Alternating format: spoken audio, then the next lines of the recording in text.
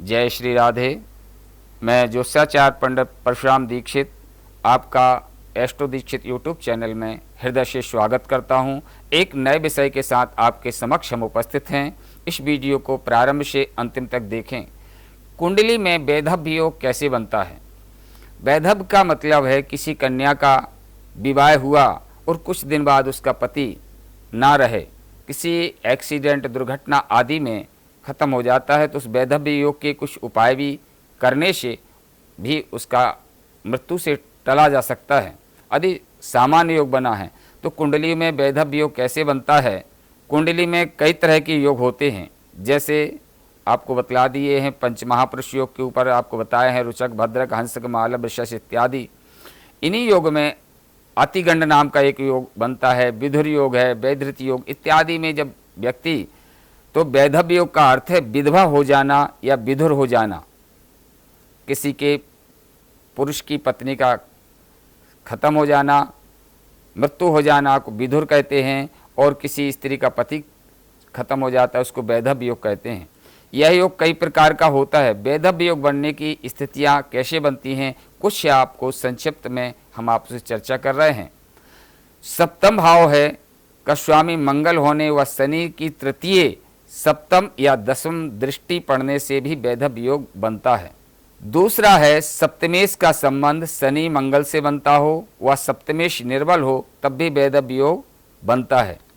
Number 3, सप्तम भाव का मालिक शनि मंगल को देखता हो तब दाम्पत्य जीवन में कष्टमय हो जाता है अथवा वैधव्य योग भी बन सकता है। चौथा नंबर, यदि किसी स्त्री की कुंडली में दूसरे भाव में मंगल हो, शनि की दृष्टि पड़ती हो और सप्तम भाव का स्वामी अष्टम में चला गया हो या षष्ठ में हो, द्वादश में होकर पीड़ित हो, तब भी वैधव्य नाम का योग बन जाता है। पांचवा नंबर, वैधव्य योग के लिए सप्तम भाव स्त्री की कुंडली में पति का व पति की आयु का भाव लग्न से द्वितीय होता है। दाम्पत्य जीवन के कारक शुक्र का विशेष अध्ययन भी इसमें करना चाहिए। जन्म लगन से सप्तम अष्टम स्थान के स्वामी पाप पीड़ित होकर छठवें 12वें भाव में चले जाएं तो वैधव्य योग बनता है। 7वां नंबर का जो योग है, पाप ग्रह से दृष्ट पाप ग्रह यदि अष्टम भाव में हो और शेष ग्रह उच्च के ही क्यों ना हो तब भी वैधव्य योग बनता है। 8वां योग है विवाह के दौरान नाड़ी दोष नहीं मिलाया हो और दोनों कुंडली में एक ही नाड़ी हो तो दाम्पत्य जीवन में कष्टमय गुजरता है और वैधव्य योग बन जाता है। यदि नाड़ी हो अलग हो तो संभावना, मध्य नाड़ी हो तो मृत्यु की संभावना, अंत नाड़ी हो तो दोनों के जीवन कष्टमय होते हैं। 9वां नंबर है यदि लड़का अथवा लड़की के नक्षत्रों में नज़दीकियां हों तो वैधव्य योग बनता है, या प्रतिकूलता हो, जन्म संपद विपक्ष प्रत्ययी साध को बध तारा हो तो वैधव्य योग बनता है। 10वां नंबर है यदि जन्म रविवार या शनिवार को अश्लेषा नक्षत्र में द्वितीया तिथि के संयोग से हुआ हो, जन्म शनिवार को कृतिका नक्षत्र में सप्तमी तिथि के संयोग से हुआ हो, जन्म मंगलवार को शतभिषा नक्षत्र में सप्तमी या द्वादशी तिथि के संयोग से हुआ हो, तो ये जन्म रविवार को विशाखा नक्षत्र में द्वादशी तिथि को संयोग में हुआ हो तो वैधव्य योग बन जाता है।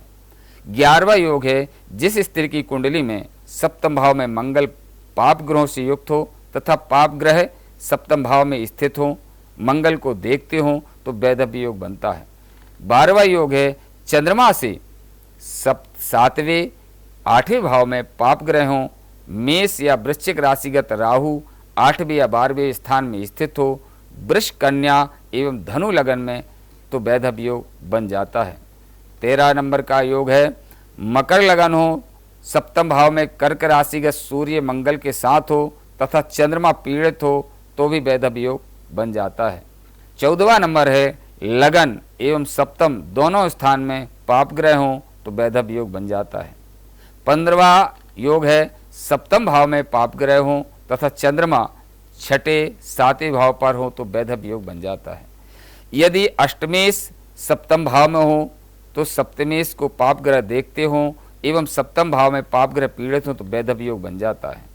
17वां नंबर है छठे व अष्टम भाव को स्वामी यदि छठे और 12 भाव में पाप ग्रहों के साथ हो तो वैधव्य योग बनता है।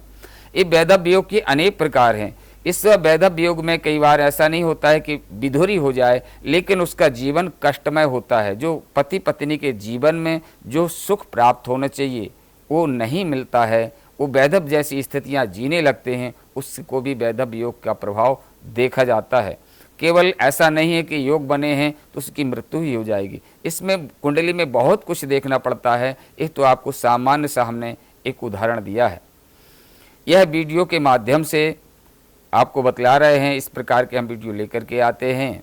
यदि आपको यह वीडियो अच्छा लगा हो तो लाइक करें, और यदि आपको नए हमारे चैनल तो सब्सक्राइब करें, और अधिक से अधिक अपने मित्र बंधुओं के साथ शेयर करें, और इस पर कमेंट अवश्य करें किस प्रकार का आप वीडियो चाहते हैं, उस पर भी हम वीडियो लेकर के आएंगे। तब तक के लिए हम अपनी वाणी को विराम देते हैं, और नए विषय के साथ फिर पुनः आपसे हम अगले वीडियो मिलेंगे।